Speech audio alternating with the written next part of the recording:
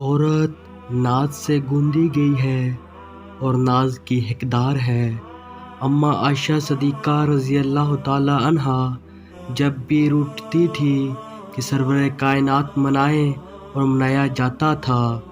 یہ عورت کا حق اور مرد کا فرض ہے۔ محبت کے قرض ایسے ہی لوٹائے جاتے ہیں۔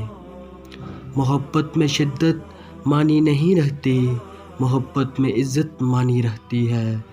ہر میاں بیوی پر ایک وقت ایسا بھی آتا ہے کہ جب کچھ لوگ ان کے رشتے کو کمزور کرنے کی کوشش کرتے ہیں۔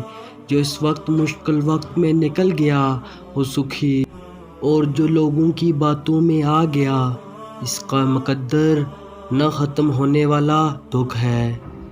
جب دل کسی شخص پر ٹھہر جائے نہ تو دماغ کسی اور کو قبول کرنے کے قابل نہیں رہتا۔ نیک اور فرمانبردار بیوی گھر کی رونق ہوتی ہے۔ وہ بیوی بہت خوش نصیب ہے جس کی غیر موجودگی میں اس کا شوہر بے چین رہے۔ جب کوئی پسند آ جائے تو دوسروں سے نہیں پوچھتے کہ وہ کیسا ہے۔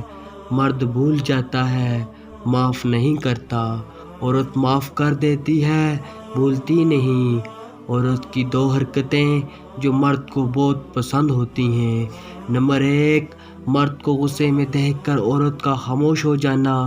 نمبر 2، کوئی بھی نیا کام کرنے سے پہلے مرد سے مشورہ لینا۔ لوگ چھوڑ کر نہیں جاتے، دھتکار کر جاتے ہیں۔